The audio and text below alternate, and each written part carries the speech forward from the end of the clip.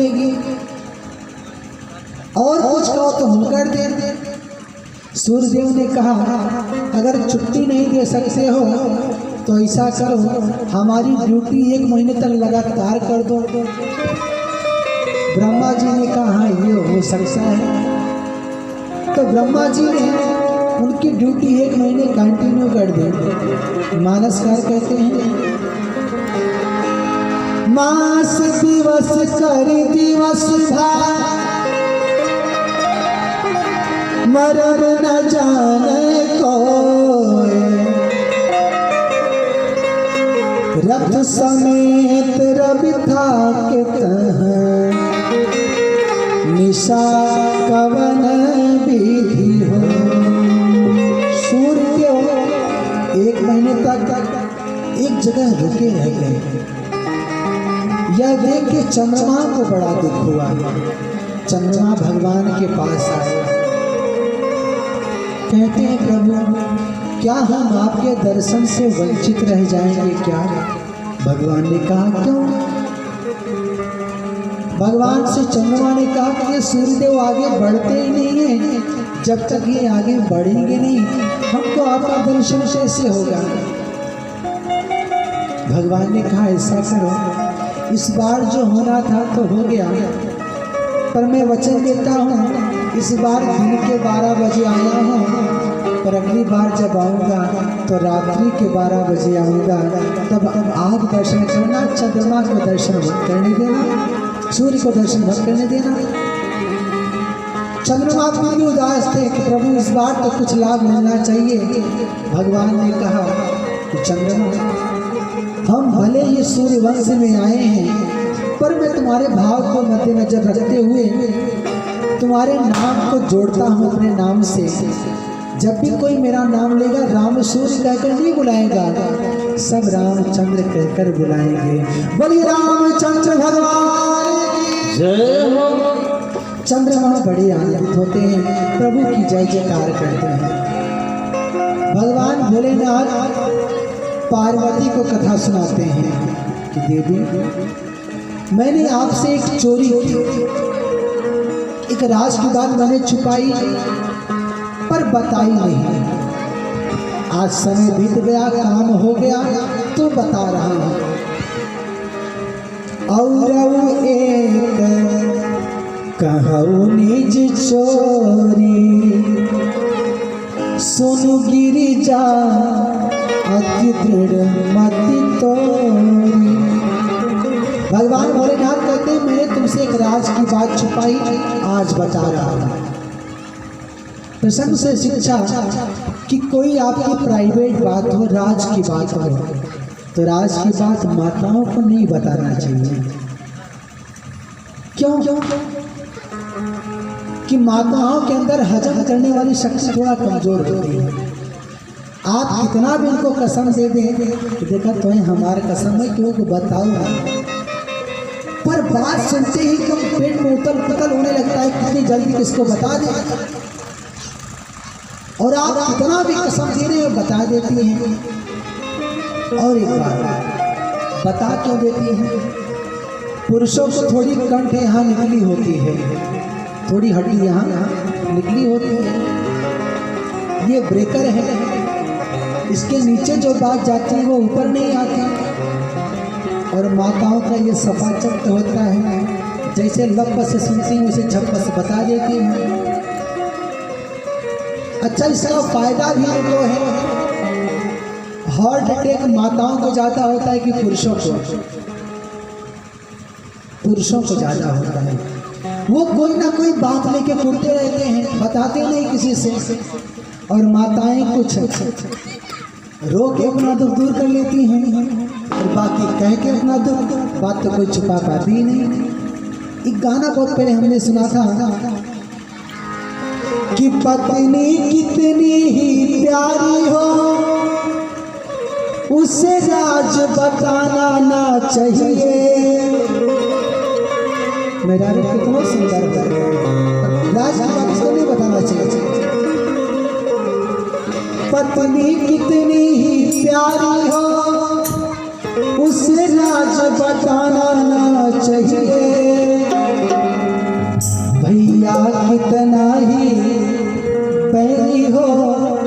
उससे राज छुपाना। पर होता उल्टा क्या है, भाई से राज छुपाया जाता है और पत्नी से गुटुरगु सब करता रहता है। अरे भैया ऐसे गा रहे, बार भैया ही गा रहे, ये सब चलता रहता है। तो भैया कितना ही बैरी हो, उससे राज छुपाना ना चाहिए। भैया कितना भी बैरी हो, उसे राज छुपाना ना चाहिए। पत्नी कितनी प्यारी हो, उसे राज बताना ना चाहिए। पत्नी कितनी भी प्यारी हो, उसे राज बताना चाहिए। भैया कितना ही बैरी हो, उसे राज छुपाना ना चाहिए। भैया कितना भी बैरी हो, उसे राज छुपाना ना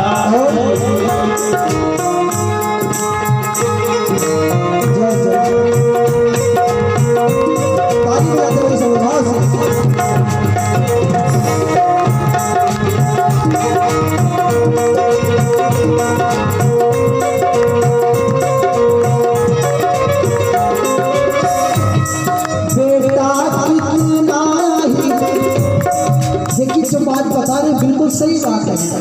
अगर इस तरह से आप अपने बच्चों को रखेंगे तो निश्चित कल्याण होगा।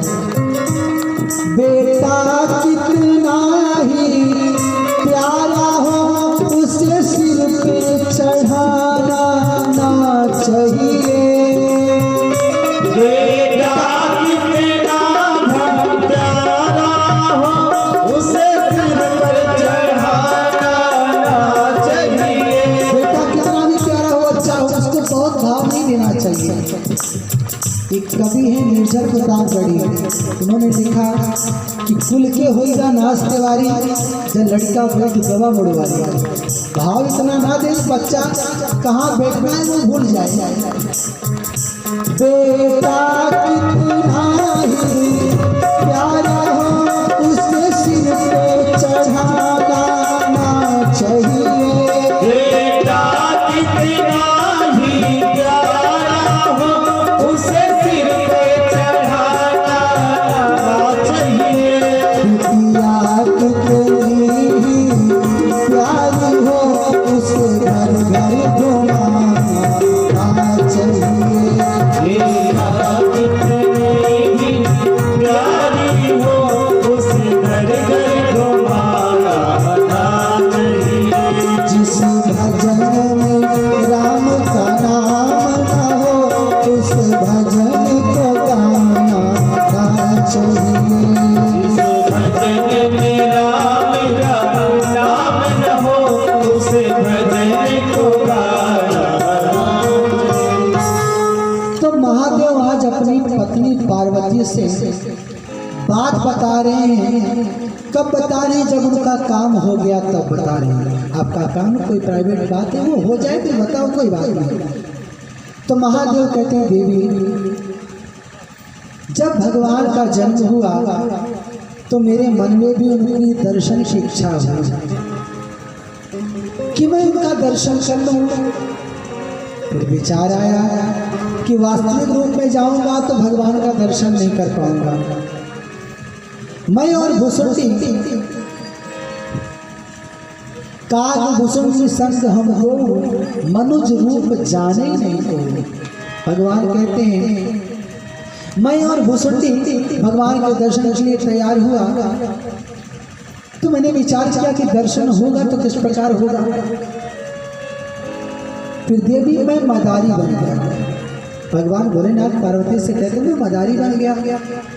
विचार किया कि मदारी जब आता है, डमरू बजाता है, खेल दिखाता है, तो माताएं अपने अपने बच्चे को लेकर चली आती हैं देखने के लिए। तो देवी मैं मदारी बन गया। तो पार्वती ने पूछा कि बाबा और कोई रूप आपको नहीं समझ में, मदारी काहे बन गए? भोलेनाथ ने कहा पहली बात मदारी इसलिए बना कि मदारी के पास जो सामान रहता है उसका आधा हमारे पास पहले से था। पार्वती ने कहा क्या? भगवान कहते हैं मदारी के पास डमरू होता है। देवी ने कहा डमरू हमारे पास पहले था। वो सांप लेके चलता है, सांप भी हमारे पास पहले से था, इसलिए मैं मदारी बना। भगवान मदारी बनते हैं, भुसुंडी उनके चेला बनते हैं। दोनों अयोध्या में आते हैं। महाराज दशरथ के महल के सामने जहाँ लाला पालने में लेटा है वहाँ अपना खिलौना बाजार लगाए, खेल दिखाने लगे। इधर राम जी विचार कर रहे हैं कि बाबा जब तक मैं आपका दर्शन नहीं कर लूंगा मुझे चैन नहीं है, और जब तक मेरा दर्शन आप नहीं कर पाओगे आपको चैन नहीं मिलेगा। इसलिए जो खेला आप दिखा रहे हो इससे काम होने वाला है नहीं। मैं चाहता हूँ कि आप मेरे पास आ जाओ। इस तरह से माँ मुझे लेके जाएगी, बाहर खिड़की से देख लेगी, आप मेरा दर्शन कर लोगे, पर ये दर्शन ठीक नहीं है। जब मैं सती के साथ था तो दूर से आपको प्रणाम किया था, पर आज आप प्रकट हुए हैं तो मैं नजदीक से आपको प्रणाम करना चाहता हूँ। इधर भोलेनाथ डमरू बजाए कि उधर पालने में राम जी रोने लगे। कौशल्या अम्बा दौड़ के आई कि लाला अभी तक सो रहा था, अचानक रोने क्यों लगा? तब तक किसी ने कहा कि बाहर कोई मदारी वाला आया है। लाला तो सो रहा था पर डमरू बजाया तो लाला उठ गया, रोने लगा। राजा ने आदेश दिया कि डमरू वाला है उठा के उसका डमरू फेंक दो उधर। लाला हमारा जग गया। अब सेवक आए, बाबा का डमरू जो बजा लगाए थे उठा के सब फेंक दिया। अब भोलेनाथ दूर चलने तो रोने लगे। उसने ने कहा बाबा ये वाला काम तो हुआ नहीं, अब दर्शन कैसे होगा? भोलेनाथ ने कहा कि अब कुछ और बनेंगे। महादेव ने कहा कि अभी मदारी बने थे, कुछ और बनेंगे। तो भुसुंडी ने कहा कि बाबा कब तक बनते रहोगे? भोलेनाथ ने कहा कि जब तक हमारा काम नहीं बन जाएगा तब तक हम कुछ न कुछ बनते रहेंगे। मैंने कल कहा किस लिए आस छोड़े कभी ना कभी, क्षण विरह के मिलन में बदल जाएंगे, नाथ कब तक रहेंगे, कड़े एक दिन देख के प्रेम आंसू पिघल जाएंगे, किस लिए आस छोड़े कभी ना कभी। भगवान भोलेनाथ सरयू किनारे आ रहे हैं। अब की बार ज्योतिषाचार्य बन गए, वो ज्योतिषाचार्य बन गए। बहुत रो रहे हैं प्रभु, लगता है कि मुझे आपका दर्शन नहीं हो पाएगा। इधर जब भगवान भोलेनाथ का रोना बढ़ा तो उधर पालने में लेटे लेटे भगवान राम भी रोने लगे। कौशल्या आई सांस करा रही, चुप करा रही, पर राम जी चुप नहीं हो रहे हैं। दासी कहती है भैया लगता है आपके लाला को नजर लग गई है। तो नजर उतरेगी कैसे? दासी कहती है कि मैंने सुना है कि सरयू किनारे बहुत सिद्ध महात्मा रहते हैं, आप कहो तो मैं बुला लाऊं। भगवान की लीला। दासी जाती है और दासी को जब भगवान ने भोलेनाथ ने देखा तो भुसुंडी से कहा कि भुसुंडी चेला कि जो महिला जा रही है और कौशल्या की बड़ी प्रिय दासी है, इसके 2 बच्चे हैं, पति बहुत प्रेम करता है। इतना सुना तो ठमक जाती है। बाबा आप तो बहुत पहुँचे हुए लगते हो। अरे हम बहुत पहुँचे हुए हैं। बोले तब बाबा लाला को नजर लगी, नजर उतारना आता है क्या? बाबा ने कहा कि हमारा खानदानी काम ही यही है नजर उतारने का, तो लेके तो चले जाओ मुझको। अब दासी भोलेनाथ को लेके आती है महल में। राम जी बहुत रो रहे हैं। भोलेनाथ पहुंचे तो लाला को गोदी में ले लिया। लाला को गोदी में ले लिया तो राम जी का रोना तो चुप हो गया, पर उनकी कृपा को याद करके भगवान भोलेनाथ रोने लगे, बहुत देर तक रोने लगे। कौशल्या अल्लाह परेशान हो गई कि मेरा लाला तो चुप हो गया, पर ये बाबा काहे रो रहा है। माँ ने पूछा कि बाबा, बच्चा तो हमारा चुप हो गया है, आप क्यों रो रहे हो। तो भोलेनाथ ने कहा, मैया आपके लाला को नजर लगी थी तो वो रो रहा था। बोले हाँ, अब आपके लाला की नजर में अपने ऊपर में ले रहा हूँ, इसलिए आपका लाला चुप हो गया और मैं रो रहा हूँ। तो माँ ने कहा, बाबा एक निवेदन है, जो कहो दक्षिणा आपको दे दूँ। निवेदन ये है कि आप जब तक जियो तब तक ऐसे रोते रहो, हमारा लाला फिर से कभी रोए ना, इतना आप करके जाओ, इस तरह नजर उतार के जाओ। माताओं का प्रेम है। भोलेनाथ ने हस्तरेखा को जब दर्शन किया, बड़े आनंदित होते हैं। भोलेनाथ ने बताया कि मैया आपका लाला साक्षात ब्रह्म है। आगे देखा कि वनवास की रेखा है, तो भोलेनाथ ने कुछ बताया नहीं।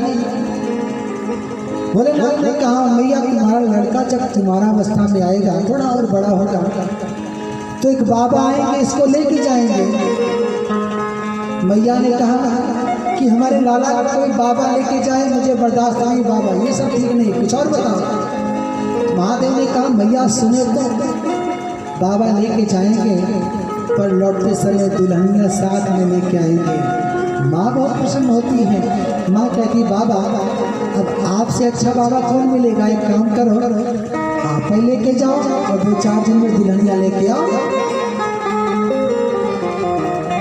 माँ का भाव है। आगे वनवास की रेखा भुसुंडी ने बताई कि माई तेरो लालन कानन चाहिए, बरस 4-10 विपिन बासल तेरे भवन तुम्हारी है, माई तेरो लालन कानन चाहिए। यही चोरी भगवान भोलेनाथ भगवती पार्वती को बता रहे थे। तो जब थोड़े समय बाद जब भगवान का विवाह हुआ, तो पार्वती ने भी भोलेनाथ से एक चोरी करी। विवाह हुआ तो विवाह करके जब भोलेनाथ आए तो पार्वती सुबह सुबह कहीं चली जाया करती हैं। बाबा समाधि में रहते, भगवान का ध्यान करते हैं। 2 दिन गई, 4 दिन गई, 1 हफ्ते हुआ। तो भगवान के गणों ने भोलेनाथ से शिकायत की, बाबा नहीं आपकी शादी हुई, पत्नी आपकी सुबह सुबह कहीं चली जाया करती है, आप भगवान का भजन ही करते रह जाओगे। तो भोलेनाथ ने पूछा कि कहाँ जाती है। तो गणों ने कहा, बाबा हमको पता होता तो बता दें आपको, हम आपके शुभचिंतक हैं। ऐसा करो, रोज भांग खाते हो, आज भांग मत खाओ, आज पूछो कि कहाँ जाती है। भोलेनाथ को चढ़ाया, भोलेनाथ चढ़ गए और पार्वती गई, मालूम चल गया। लौटी तो रास्ते में त्रिशूल लेके खड़े हुए, पहले बताओ कहाँ जाती हो। तो पार्वती ने कहा, कुछ नहीं, अपनी सखियों से मिलने जाती हूँ। महादेव ने कहा, अभी तो विवाह करके आई है, सखी तुम्हारी कहाँ से होगी, सही से बताने। त्रिशूल देख रही है, बहुत भोलेनाथ डांटते हैं। तो पार्वती बताती हैं क्या कि कन्हैया रास रचाते हैं, मैं उस महारास में शामिल होने जाती हूँ। भोलेनाथ ने कहा कि मुझे विश्वास नहीं है, तो झूठ कह रही है, मैं तुम्हारे साथ चलूंगा। पार्वती कहती है कि वहाँ कोई पुरुष नहीं जाता है, सब स्त्रियाँ ही जाती हैं। भोलेनाथ कहते तब तो 100% तो झूठ बोल रही है, बहाना बना रही है, मैं चलूंगा देखने। महादेव बहुत जिद करते हैं। तो पार्वती कहती, बाबा वहाँ कन्हैया के सिवा दूसरा कोई पुरुष ऐसा ही नहीं है, आप नहीं जा सकते वहाँ पे। तो महादेव ने कहा, एक काम कर, तू मुझे स्त्री बना दे, नारी बना दे, तब तू जाने को मिलेगा। बोले हाँ तब मिल सकता है। तो बड़ा सुंदर भाव आई दुनिया। एक दिन वो भोले भंडारी बन के ब्रज की नारी गोकुल में, एक दिन वो भोले गोकुल में आ गए हैं, गोकुल में सब लोग ताली बजाते हुए सब लोग वो भोले भंडारी बन के ब्रज की नारी गोकुल में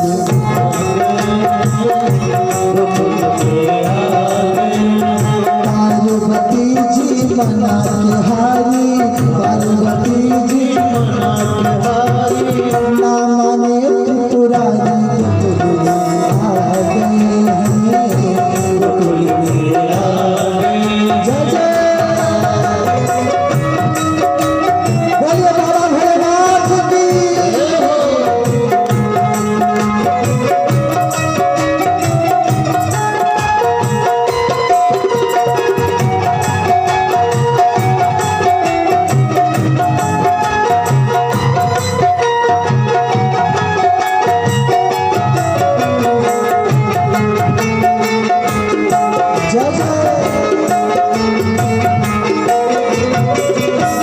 पार्वती से बोले मैं भी चलूंगा तेरे साथ में, पार्वती से बोले मैं भी चलूंगा तेरे साथ में, राधा संग श्याम नाचे मैं भी नाचूंगा तेरे साथ में, राधा संग श्याम नाचे गाइए बात सब लोग। मैं भी नचूंगा तेरे साथ में,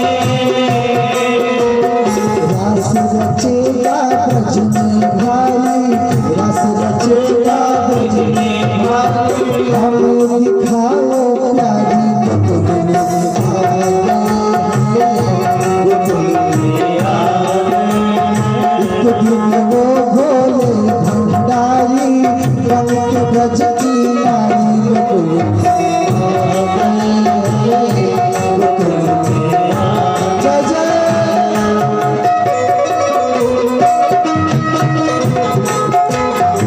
बोल लक्ष्मी नारायण भगवान की।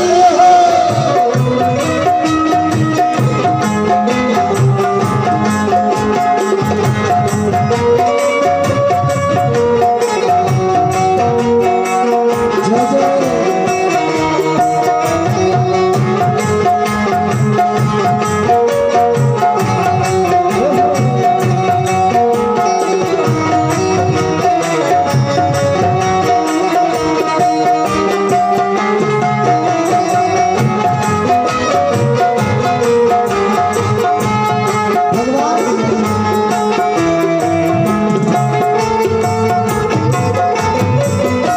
ओ मोरे भोले स्वामी कैसे ले जाऊं तुम्हें साथ में हो, बोले भोले स्वामी कैसे जाऊं तेरे रास में, कान्हा के सिवा कोई दूसरा आवे उस रास में हो, राधा सीता कोई दूसरा न आए उस रास में, हंसी करेगी ब्रज की नारी, हंसी करेगी मान बात हमारी गोकुल में आ गए हैं। एक दिन वो भोले भंडारी बन के ब्रज की नारी गोकुल में आ गए हैं, गोकुल में आ गए। जय जय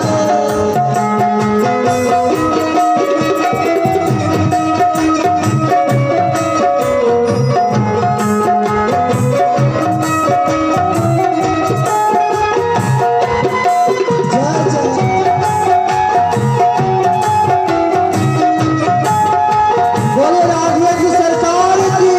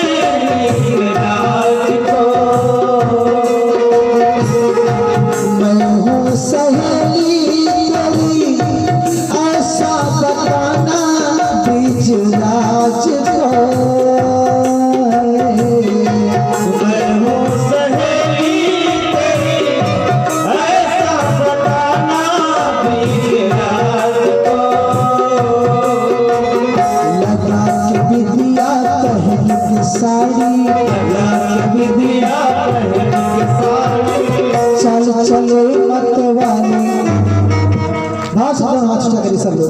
लगा के विदिया सब लोग, पहन के साड़ी, चल चल मत वाली गोकुल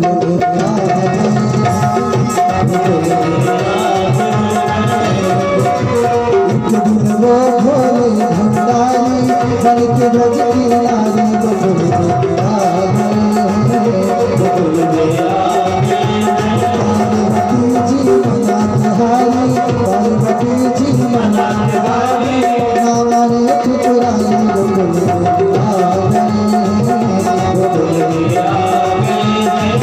गोकुल एक दिन वो भोले भंडारी बन के ब्रज की नारी गोकुल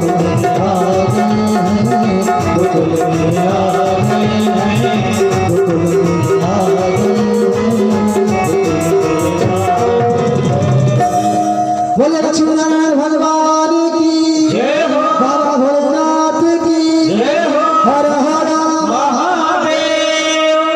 भोलेनाथ आज अपनी चोरी भगवती पार्वती से बतलाते हैं कि देवी मैंने ये चोरी आपसे कर ली।